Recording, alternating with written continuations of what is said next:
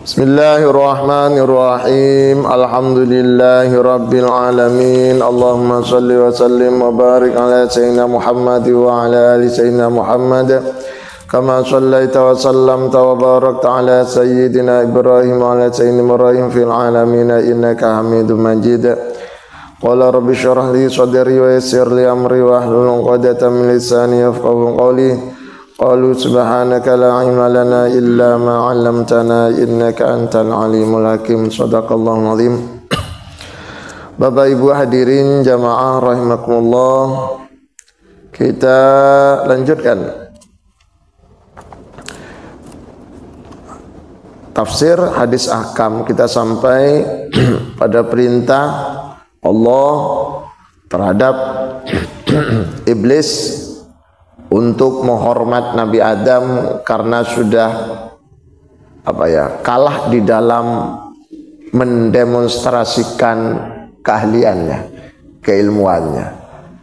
Seperti pernyataan malaikat sebelumnya bahwa malaikat itu selalu bertasbih dan menyucikan Allah, sekaligus sejenis protes pada Allah, kenapa engkau akan menciptakan sosok makhluk yang bernama manusia, yang kemudian oleh Allah setelah diciptakan Nabi Adam dibekali dengan ilmu pengetahuan.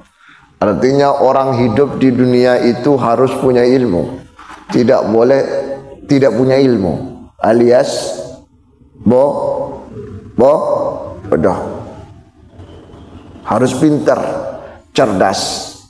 Mengacu pada surat An-Nahl ayat 78, wallahu akhrajakum min butuni ummahatikum la ta'lamuna syai'a. Allah mengeluarkan kalian, kita semua, dari perut seorang ibu dalam keadaan tidak berilmu, tidak mengerti apa-apa. Makanya ketika panjenengan keluar dari rahim ibu, ucapan yang yang keluar dari lisan, dari mulutnya adalah apa itu? Nangis. Itu makna tangisan bahwa ketidaktahuan bayi itu atau ketidaksanggupan mereka menghadapi dunia. Maka Allah wa ja'ala lakumus sam'a, Allah berikan telinga sebagai instrumen untuk menginput data, mencari ilmu pengetahuan dari ayat-ayat qauliyah, ucapan suara terdengar kuping. Wal absar, mata, penglihatan, untuk menginput data yang bersumber dari ilmu pengetahuan yang dari ayat-ayat kauniyah, alam semesta. Wal afidah, hati nurani, untuk memfilter data yang terserap dari kuping dan data yang terserap dari mata, difilter, tidak semuanya bisa diambil. Karena hati itu tidak akan pernah bisa berbohong, seperti dalam surat An-Najm ayat berapa? Ayat 10 Pak ya?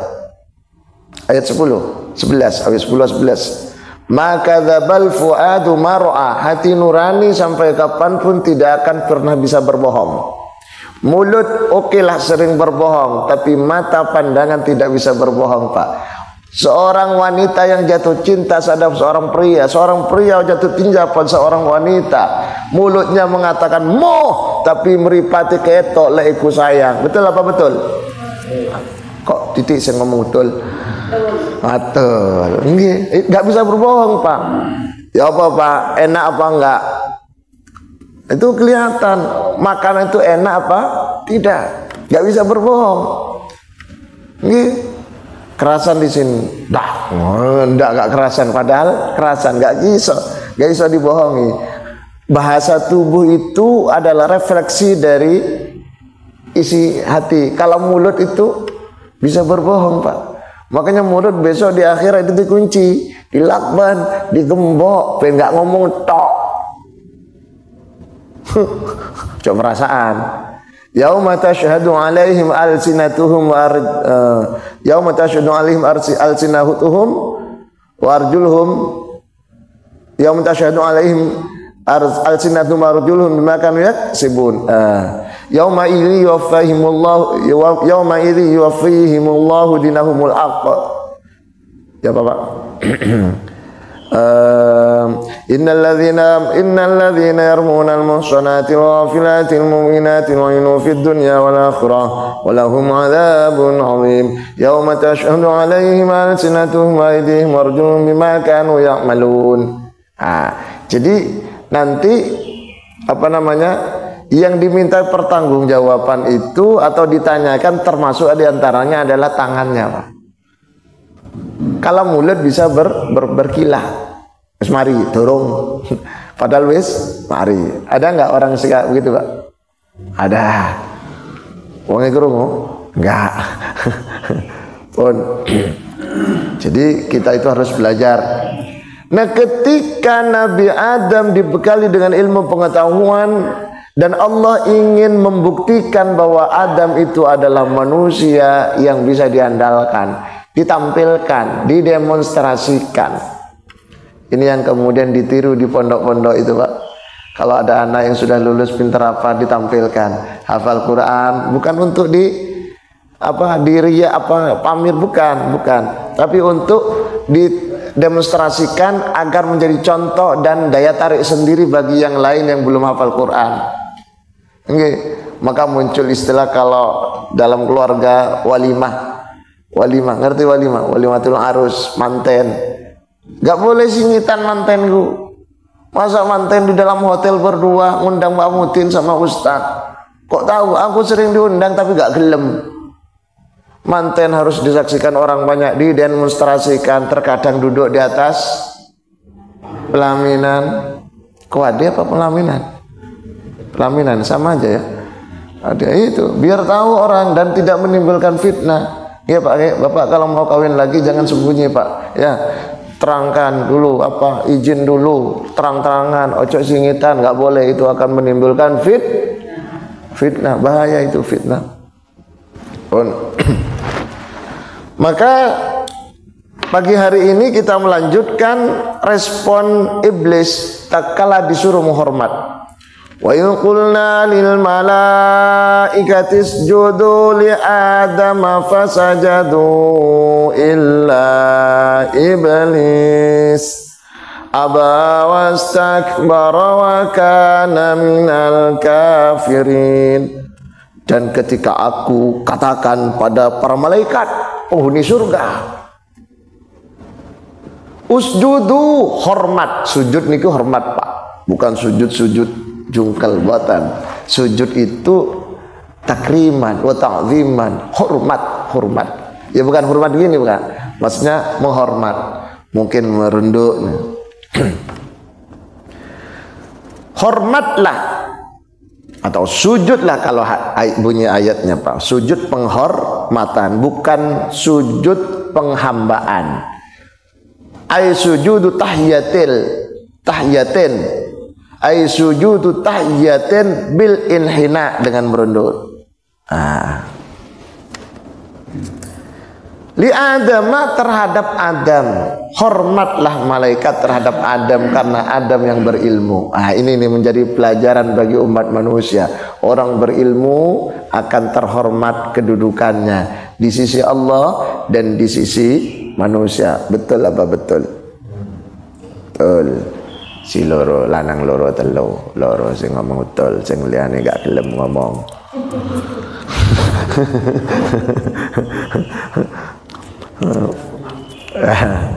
Allahumma shalli Muhammad.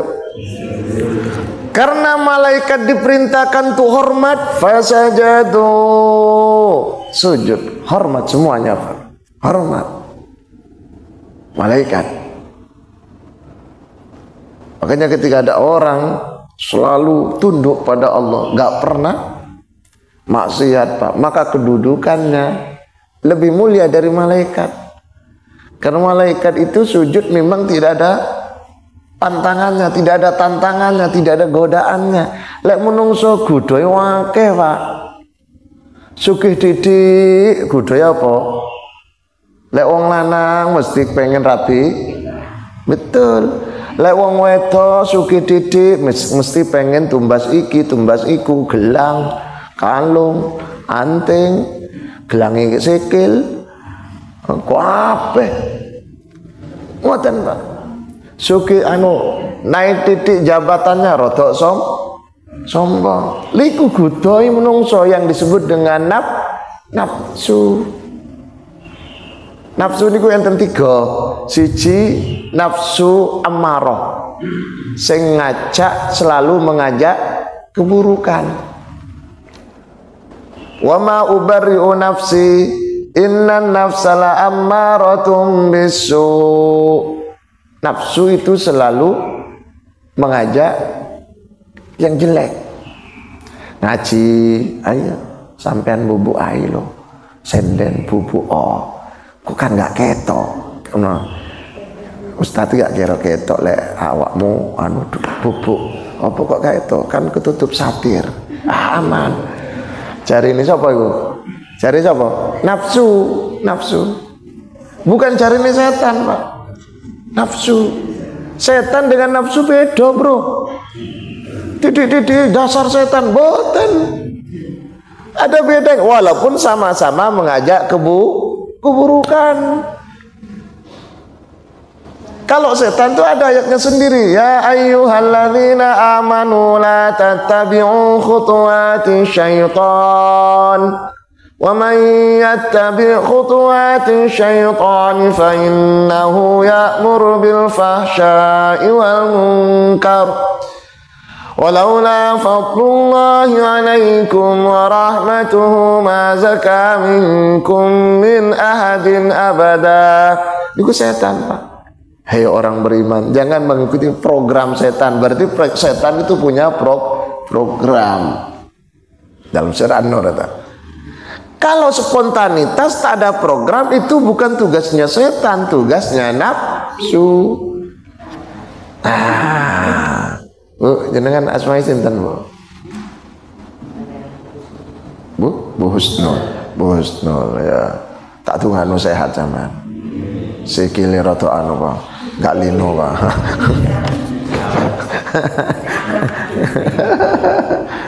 Allahu Akbar. Jadi setan itu punya program, Pak. Planning. Jangka pendek, jangka tengah, menengah, jangka panjang. Itu setan. Dan terus berlanjut. Apa ya? Kalau istilahnya di pemerintah, program multi, yes. Bukan berkelanjutan. Tahun ini gak selesai lah, lanjut. Itu setan. Jangka panjang. Kalau nafsu boten. Contoh. Wong jarene setan. Teko omah, budal nang masjid. Kok kan melok ngaji. Wis manggone rotok pinggir ben ketutup satir. Engko kan gak ketok wis bubuk. Iku setan. Ngapunten, ojo ngamuk nggih, ojo ngamuk. Iki ngaji nggih. Ngapunten nggih, ojo ngamuk nggih. Ojo ngamuk. Ngaji. Iku program dari awal. Tapi lek teko omah, aku gak boleh bubuk. Aku boleh manggon purini satir, tapi gak oleh bubuk. Pokoknya harus ngurungono pengajian. Mari ngono aku harus tanya. Pertanyaan sing iskirane ustaz gak iso jawab. Tak tes. Aku juga nafsu juga setan niku, Pak. Ada program itu. Lek gak ono program, wis budal ikhlas lillahi taala ngaji iku. Budal sadurung budal wis kabeh dosa ini sepuro. Kan ngoten Rasulullah tahu.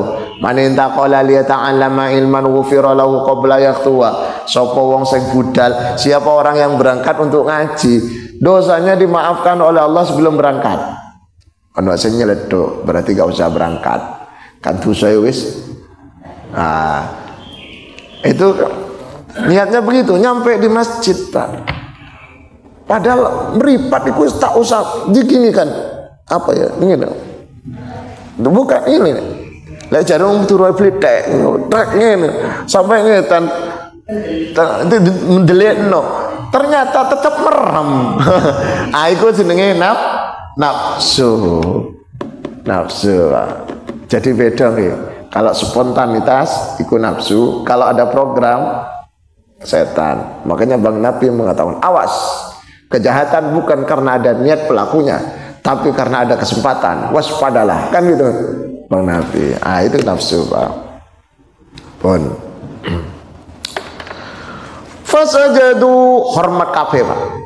Nabi apa malaikat menghormat Nabi Adam, illa iblis. Iblis gak mau hormat. Kalau ditanya dia sombong, membangkangkan dirinya. Ana khairum minhu. Saya lebih baik dari Nuh Adam. Saya yang ngajari apa? Hanya yang ngajari mereka. Iblis itu bagian dari penghuni surga yang pernah ribuan tahun menjadi guru besarnya malaikat, guru spiritualnya ribuan tahun. Maka rodok sombong didik. Wah sak mangke niku akeh wong niru iblis karena awake ustad kiai lek pengajian nggak tahu melo aku wis ngerti ngoten Pak. Enten mboten? Enten, tapi mboten mriki mriko. Kula misalkan tang masjid pas ono pengajian kula melo Pak, rungokno tapi rada ndelik singitan. Sebab apa? Lek ngetok ustadz dredeg. Ngerti Pak? Terkadang ustadz mahasiswa kula pas kasarjana akhirnya kula ndelik rungokno ilmu. Khudil hikmah walau kharajat min duburid dajjal. Ambil ilmu itu walaupun keluar dari duburnya ayam. Silete PT. Ilmu Pak. Dari silete PT keluar putih iku jenenge endok. Ambil. Kalau ireng rotok cair iku ojo diambil. Itu artinya pembelajaran ilmu dari situ. Itu kata-kata hikmah Pak. Jadi ambil ilmu dari manapun sumbernya, bahkan dari non muslim pun diambil. Kalau itu baik ilmu pengetahuan. Apa mau iblis gak mau Pak. Wastakbar, merasa lebih mulia, lebih sombong. Wa kana minal kafirin, dan dia termasuk golongan kafir. Jadi yang pertama kali memprakarsai orang-orang memprakarsai sifat membangkang, menentang perintah Allah adalah iblis. Iblis itu siapa? Abul Jin, bapak jin, bapak saya setan. Iblis Pak. Makanya orang sombong itu bagian dari apa namanya? Bagian dari perilaku setan. Oleh karena itu nanti iblis dikeluarkan dari surga. Karena di surga tidak pantas dihuni oleh orang-orang sombong. Iblis sombong berapa kali Pak? 1 kali. Iblis sombong 1 kali, dikeluarkan dari surga. Kita sombong berulang-ulang kali belum masuk surga. Lah ya apa itu? Itu logika ya napa niku Pak? Wong sing yang ada di dalam Pak sombong pisan 1 kali kesalahan diusir. Apalagi yang belum masuk sombongi wake. Ya apa itu? Beristighfar. Jaluk sepuro, masih ada kesempatan berkat doanya Rasulullah. Jadi umat Islam itu punya keistimewaan, umatnya Nabi Muhammad punya keistimewaan dibandingkan dengan umat-umat terdahulu. Umat terdahulu melakukan kesalahan langsung dieksekusi Pak, adab langsung mati Pak, hancur Pak. Kalau sekarang dosa nggak ketok, iso misem, iso guyon, mari rasan-rasan, puas. Kenapa? Itu berkat doa Rasulullah supaya umatnya diberi kesempatan bertaubat, minta maaf dengan cara 1 istighfar. Napa istighfar?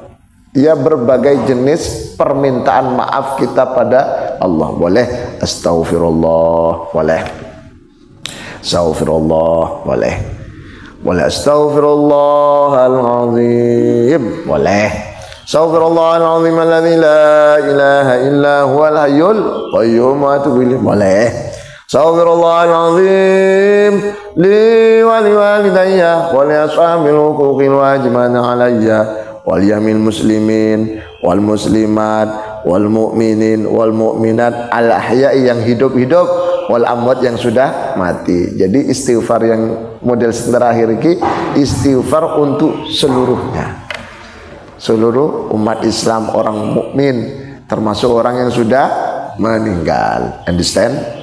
Yes, alhamdulillah. Pelajaran dari ayat tadi itu satu, kalau ada perintah Allah sebisa mungkin kita melaksanakan, tidak perlu membantahnya, baik perintah wajib atau sunnah.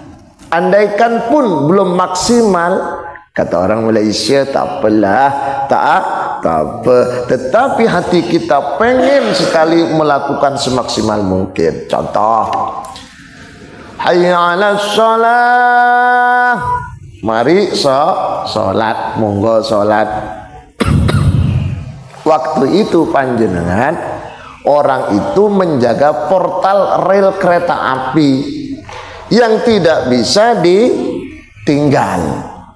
Kalau ditinggal akan berbahaya untuk keselamatan orang. Maka orang itu boleh menunda sholatnya sampai betul-betul aman. Kalau belum aman nggak boleh ditinggal, Pak. Haram hukumnya, Pak. Padahal perintahnya sholat. Nah, itu berarti diperbolehkan dalam keadaan itu. Hatinya pengen sholat, keadaan tidak memungkinkan. Ada salah satu pabrik, Pak. Pabrik apa ya? Pabrik lah di daerah Margomulyo itu. Jadi kalau Jumatan jam 1. Jam 1, Pak, agak molor.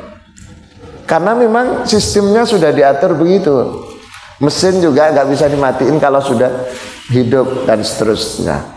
Nah, boleh nggak? Boleh. Yang penting hatinya tetap pengen sholat di awal waktu, tapi keadaan tidak memungkinkan. Ngeten nggih? Satu. Yang kedua, ketika kita pun sudah punya jasa yang besar, sudah punya andil dalam satu permasalahan, satu kegiatan, kita tidak boleh, wah kalau bukan aku gak bisa. Misalnya jenengan jadi RT, mohon maaf Pak RT, ada Pak RT di sini, padahal RT, RT, RW, oh wah kafe, alhamdulillah. Iku paving gak iso lek tutu aku RT-nya. Untung aku kenal orang-orang besar, orang dalam. Aku gak boleh gitu, Pak. Itu semua sudah diatur oleh Gusti Allah. Walaupun jenengan jadi RT, kalau Allah gak berhendak, gak kira. Gak kira, Pak. Pondok saya ngajukan, Pak, proposal supaya perbaikan dan bangunan cepat selesai. Sudah di CC, sudah keluar namanya, termasuk deretan yang akan mendapatkan bantuan dalam fisik pembangunan. Ternyata apa? Gak sih itu, Pak. Ada perubahan anggaran. Ada apa istilahnya, Pak Danang? Perubahan anggaran apa, Pak? Biasa. Jadi anggaran ini kamu realokasi ya, akhirnya nggak dapat. Ya gak apa-apa, itu kehendak Gusti Allah. Wong iman, orang beriman, orang Islam itu gak boleh menyesal. Ciri-ciri orang beriman tidak pernah menyesal, tidak pernah apa selain menyesal, tidak pernah kecewa, tidak pernah marah. Itu tiga itu paling tidak, Pak. Orang beriman Pak ya, itu orang Islam, orang beriman tidak pernah menyesal terhadap apa yang sudah terjadi, tidak pernah kecewa dan tidak pernah marah. Karena semua adalah kehendak Gusti Allah. Wong tunangan lho, Pak. 15 tahun. Sudah undangan disebar, Pak. Dekorasi sudah siap. Catering yang makanan itu. Catering ya. Sudah siap, Pak. Gak sido. Kurang beberapa hari, gak sampai seminggu, gak sampai 7 hari, gak sido. Apa? Mantennya meninggal. Iya Gusti Allah. Tak dongakno panjang umur kabeh, Bang. Panjang umur. Sido kabeh. Sido nang ndi? Wes. Nah, itu orang beriman begitu, Pak.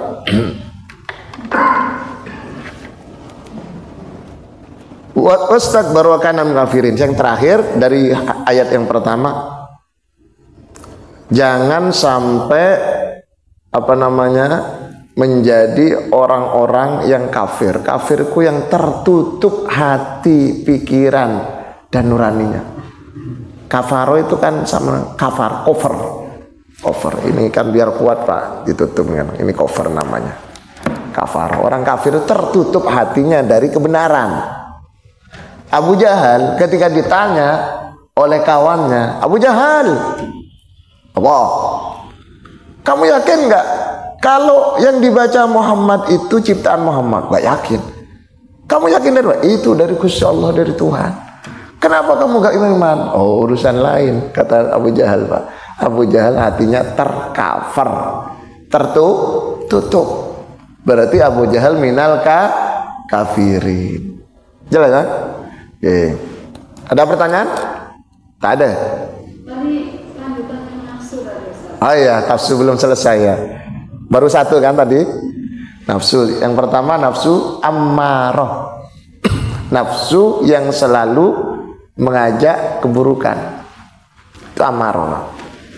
Termasuk istilahnya ada amarah itu loh. Marah itu asal kata amarah.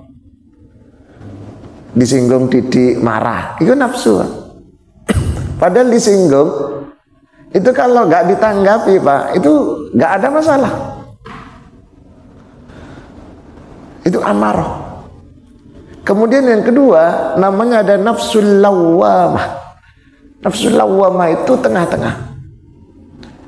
Terkadang lek pas wayai waras, apa senyum nang tonggo bagi-bagi lontong apa yuk? Lontong soto. Lek pas wayai api, lek wayai gak api, Pak.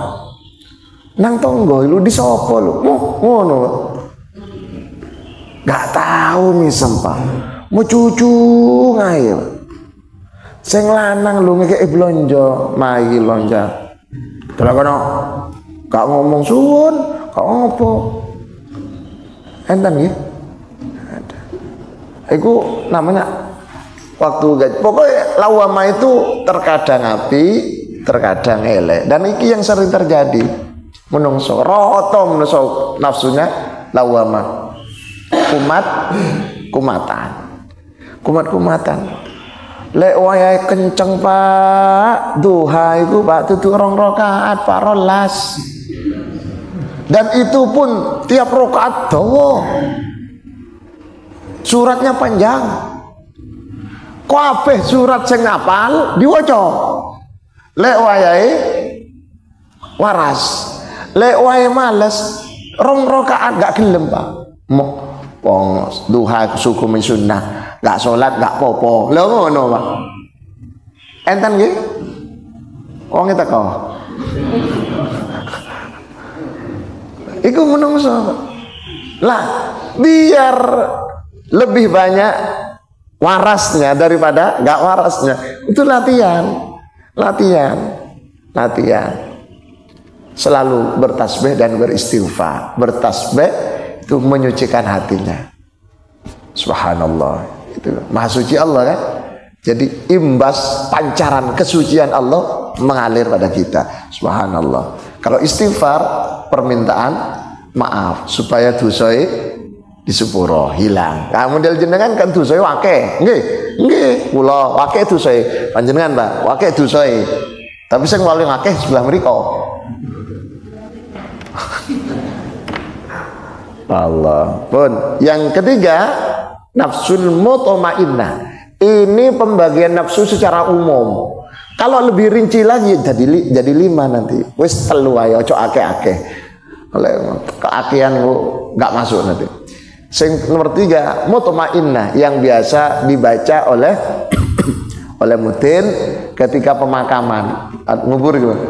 Mutin biasa nalkin, Pak. Lek mriki kuburan iki pundi, Pak? Keputih. Boten? Keputih. Penuh. Jatuh ini. Nggak ada perumahan, nggak ada kuburan bro. Tanahnya menonton dari itu perumahan masih nggak punya kuburan. Lain desa, wakai kuburan itu Pak. Biasanya kalau kuburan itu biasanya Pak ditalkin Pak, diadzani, ditalkini. Walaupun ada yang nggak mau, tak apalah kata orang Malaysia, tak apalah. Untuk orang mati itu adzan itu dikiaskan pada orang lahir Pak. Dalilnya bukan dalil hadis, tapi dalilnya dalil kias. Dikiaskan, disamakan.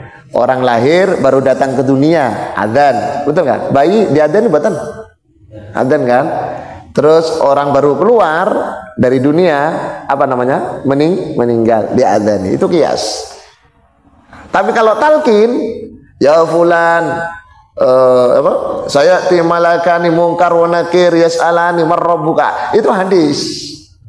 Hadis. Kalau yang adzan kias, dan boleh. Kias itu bagian dari dasar hukum. Pil kuplu, topi miring, apa lagi? Apa boleh? Sebutkan.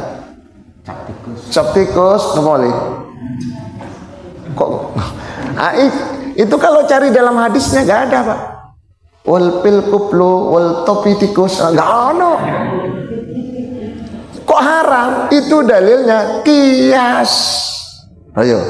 Karena ada sebagian umat Islam nggak mau adzan untuk pemakaman. Oke lah nggak mau. Tapi jangan menentang kias. Itu dalilnya kias. Oh nggak ada kias. Dah. Topi miring pil kuplu haram. Itu dalilnya kias. Memenjarakan orang tua boleh nggak? Hukumnya apa? Haram. Minal kabair, dosa besar. Nempeleng nggak oleh. Ada ayatnya? Nggak ada. Itu namanya qiyas aulawi. Ya apa Pak? Ya wa qadara rabbuka alla ta'budu illa iyyah wa bil walidaini ihsana imma yablughanna indaka al-kibara ahaduhuma aw kilahuma fala taqul lahumu uffi wa la tanharhuma wa qul lahumu qawlan karima. Uf itu apa? Ngenetak lah. Enggak oleh. Haram, dosa besar Pak. Enggak oleh. Pernah jenengan sama orang tua dulu? Mana? Enggak pernah salah. Enggak pernah ya? Enggak pernah ngaku. Nggih. Alhamdulillah. Wala tanharuma, jangan membentak, enggak oleh. Maka ketika nempeleng atau memenjarakan tambah gak oleh, itu namanya qiyas aulau yang lebih tinggi. Gak olehnya itu lebih tinggi. Quran mengatakan wala taqrabuz zina, jangan kau mendekati zina. Yang dilarang apa Pak? Lah ya apa? Mendekati aja gak boleh, apalagi zinanya. Lah itu pentingnya belajar metodologi hukum Islam. Makanya gak bisa orang itu memahami hadis, memahami ayat Quran kalau tidak paham metodologi hukum Islam, usul fikih dan kaidah fikih. Dan itu diajarkan di pondok. Kalau diajarkan di masjid-masjid usul fikih dan kaidah fikih, pusing. Makanya cukup tafsir dan hadis yang diajarkan oleh ustadznya yang paham usul fikih dan kaidah fikih. Kalau ustadznya gak paham kaidah fikih dan usul fikih yang disebut metodologi hukum Islam, pasti pemahamannya salah Pak. Salah. Karena gak paham.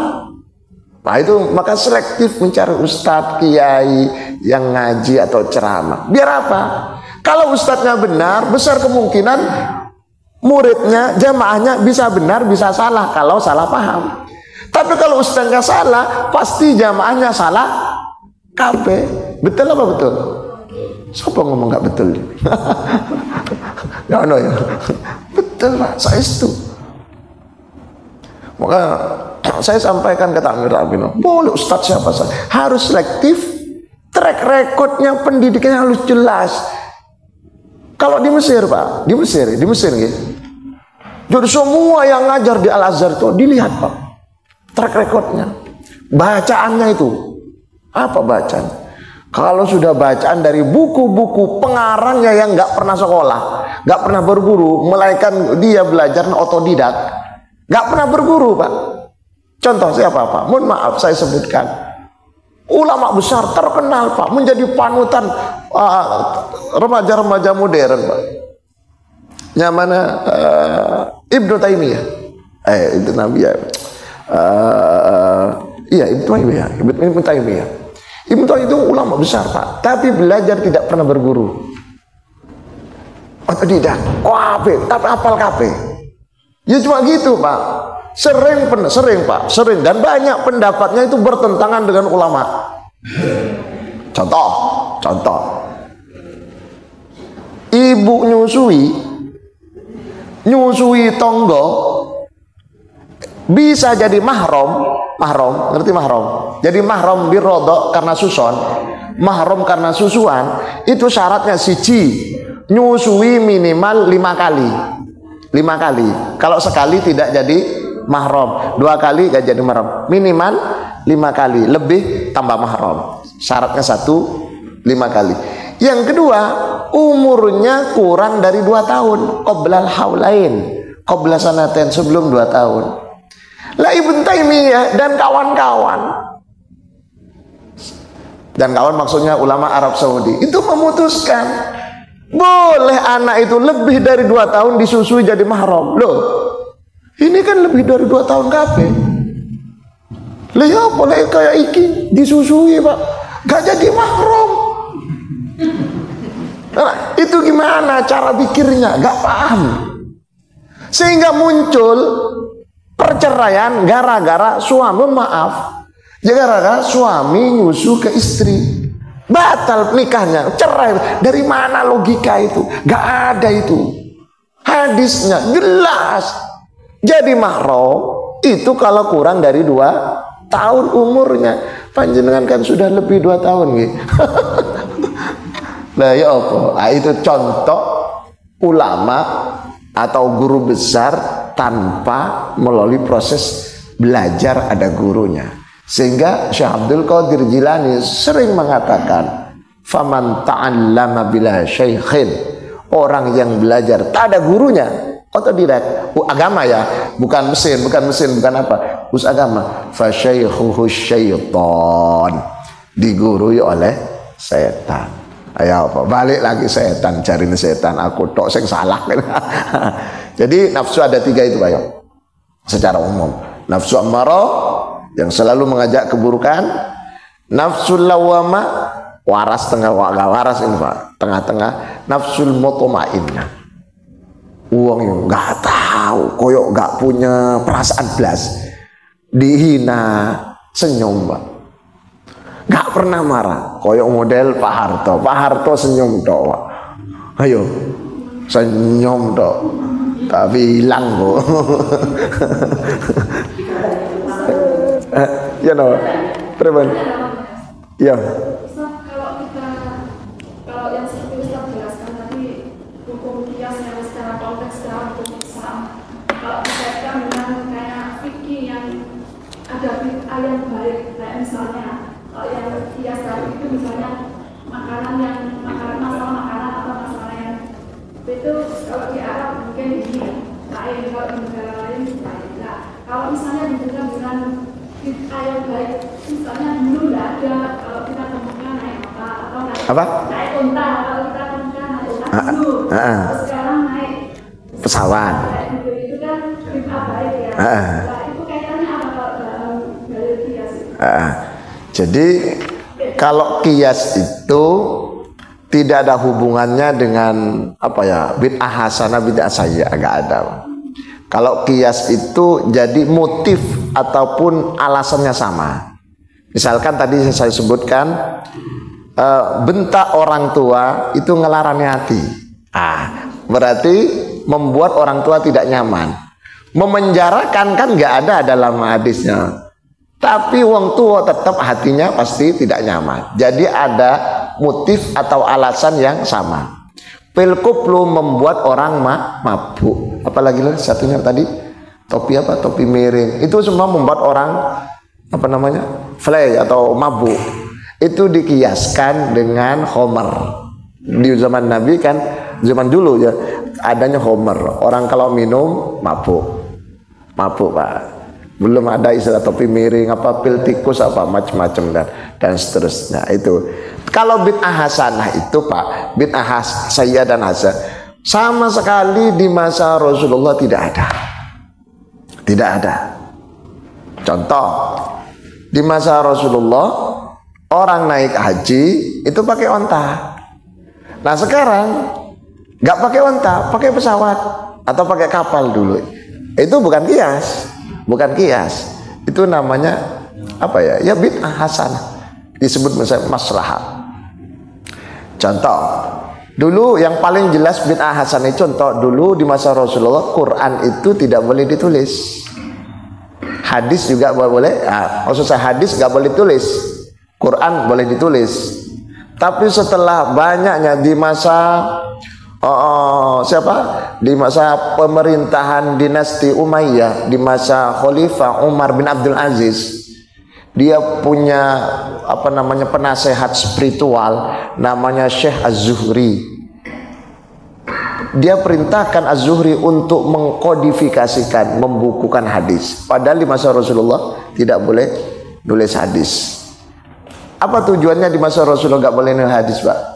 Khawatir campur dengan Al-Quran, khawatir campur dengan Al-Quran dan orang tidak bisa membedakan Al-Quran dan hadis. Setelah Al-Quran sudah terbukukan dengan baik beberapa tahun, ratusan tahun kemudian, maka hadis dibukukan demi kebutuhan. Nah itu namanya bid'ah hasanah. Yang pernah menjadi perdebatan sengit itu adalah mikrofon. Ini mikrofon di Masjidil Haram itu rame Pak dulu.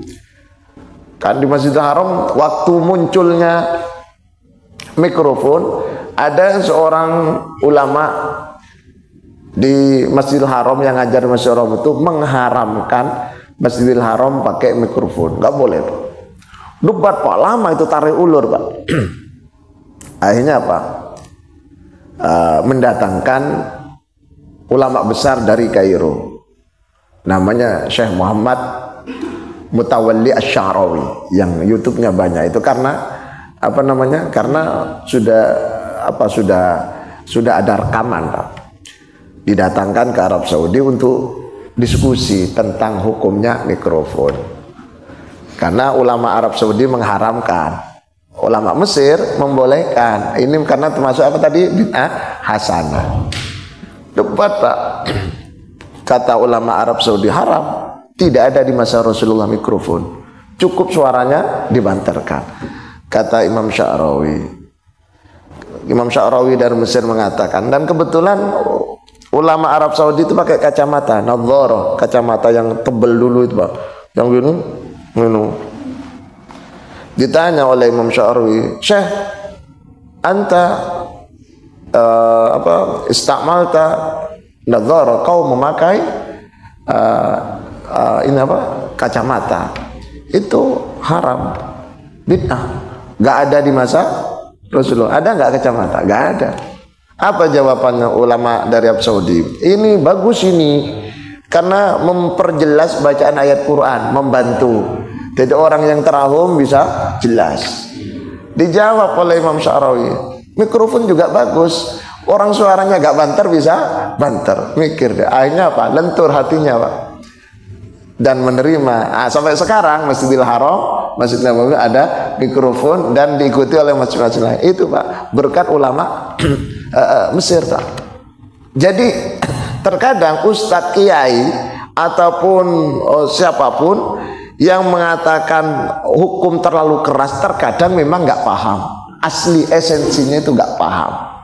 Dia tahu kok nggak ada di masa Rasulullah, bid'ah hukumnya haram. Padahal nggak gitu Pak. Di masa Rasulullah tidak ada itu, mungkin karena memang situasinya belum ada, atau mungkin keadaan belum ada tuntutan Pak. Belum ada tuntutan. Misalkan Pak, dulu orang tawaf itu sekitar matof Pak, ya sekitar itu. Nah sekarang Pak dinaikkan bisa di atas tawaf itu kebutuhan. Maka muncul istilah maslahah mursalah, termasuk ini bunyi. Jadi itu bunyi dulu di masa Rasulullah gak ada itu, cret gitu, gak ada. Sekarang ada untuk kemaslahan, untuk ngasih tahu. Oh, itu sudah syuruk, nggih. Syuruk sudah syuruk. Nah, itu. Berarti ojo salat sih, nunggu berapa menit.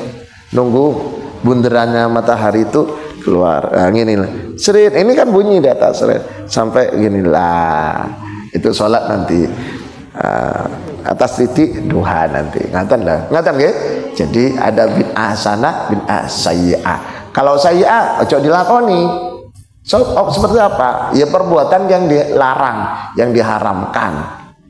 Nah, itu jelas bid'ah sayyi'ah. Contoh seperti apa? Bid'ah sayyi'ah contoh, Pak nggih. Bid'ah sayyi'ah yang tidak boleh dilakukan di masa Rasulullah itu makan pakai tangan kiri itu kan nggak boleh. Oleh Rasulullah dikasih suruh pakai tangan. Nah, sekarang model garpu pakai kiri, pisau kanan, cerit. Ada tidak? Ya, itu namanya bid'ah sayyi'ah, buruk, tidak boleh dilakukan. Ngatakan. Ada lagi pertanyaan? Bu Danang. Bu Danang itu. Aku ngerti kok. Baik. Jadi saya silakan, Pak. Kalau dulu iblis di surga, berarti penciptanya memang awal surga. Sebelum ada pembangkangan itu. Oh, iblis di surga. Menggoda Adam. Sama-sama di surga. Sama-sama di surga. Jadi penciptanya memang tinggal di surga. Dimasukkan di surga nih sama malaikat. Kalau ciptaannya dari api. Artinya waktu itu dunia belum tercipta atau sudah ada? Oh, sudah ada dunia. Dunia itu kan dunia itu ada 5. Dunia alam maksudnya, bukan dunia ya. Alam. Alam itu sudah tercipta sejak dulu. Satu yang disebut dengan alam arwah. Alam arwah. 2 alam arham rahim. 3 alam dunia. 4 alam barzakh atau kubur ya. 5 alam akhirat. Jadi di zaman dahulu sudah ada alam. Sudah alam 5 alam ini. Cuma fase-fasenya kapan itu wallahu a'lam. Karena tidak ada yang walaupun dianalisa kelahiran Nabi atau munculnya Nabi Adam itu sekitar berapa ya? 6.000 atau berapa ribu deh. Bisa dianalisa dari paut jarak waktu dari Nabi Muhammad ke Nabi Isa itu sekitar 571 atau 471 tahun. Nabi Isa ke Nabi Musa terus bisa dihitung. Itu ada rumusnya dan ketahuan nanti Nabi Adam. Nah, itu dari Nabi Adam. Kalau dari iblis ataupun malaikat itu Allahu a'lam. Tapi yang jelas yang namanya alam itu sudah ada dan surga neraka sudah ada dan dihuni oleh malaikat termasuk Nabi Adam dahulunya. Walaupun ada pemikiran modern, tafsir modern tapi lemah. Dalilnya mengatakan bahwa surganya Nabi Adam itu bukan surga zaman azali, tapi surga dunia katanya itu. Tapi pendapat itu lemah. Pendapat lemah dari analisa kebahasaan. Karena Nabi Adam ketika di surga diperintahkan nanti ketika melanggar makan buah khuldi disuruh keluar. Wa qulna bitu ba'dukum li ba'din adu walakum fil ardi mustaqarru wa mata'un ilahin. Engkau Nabi Adam dan turunnya turun ke bumi dan mereka anak turunnya nanti saling bermusuhan, anak turun Adam. Kemudian di dunia akan mendapatkan nikmatan dan seterusnya. Kalau berbuat baik nanti akan dikembalikan ke dalam surga. Yang tidak baik masukkan ke neraka. Ngaten. Jadi ngaten ya jawabannya. Ada lagi? Baik, kalau tak ada kita akhiri dengan doa ya. Mugi-mugi manfaat sesarengan ridha Allah Subhanahu wa taala dengan kabeh tak dongakno sehat wal afiat nggih. Al-Fatihah.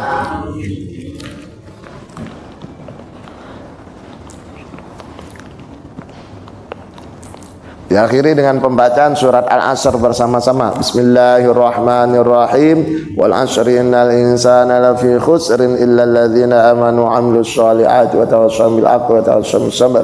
Subhanakallahumma bihamdika asyhadu an la ilaha illa anta astaghfiruka wa atubu ilaik. Walhamdulillahi rabbil alamin. Assalamualaikum warahmatullahi wabarakatuh.